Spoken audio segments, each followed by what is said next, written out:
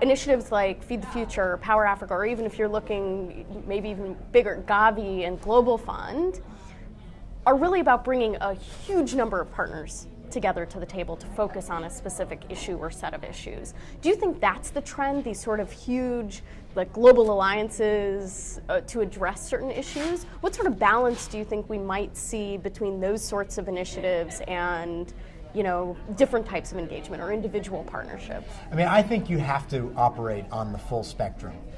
We have to be able to work with small-scale organizations, whether it's civil society organizations or small foundations or local private sector or even local public sector. We recently did a deal for a bond for the city of Dakar to do a huge water improvement program. And that was something that we had to work on with the government closely, with the mayor closely, but it's going to have a huge development impact. Those aren't things that you can necessarily always do through these global enterprises, so you have to be able to do it at both ends of the spectrum, which has meant for us as an agency that you have to change your business models. And all of your people who are working, whether it's in health or education, or in power, they have to understand and own the tools of partnership at the local level so that they can make partnerships. And you have to have our people working at the global level to create institutions like Gavi that can make world-changing differences. So what's the role of the policy office in trying to institutionalize some of these programs and some of these new ways of operation and thinking? So I think it's absolutely fundamental because this is not a model that is defined by one administration. In fact, many of these tools like the Global Development Alliances were created 15 years ago.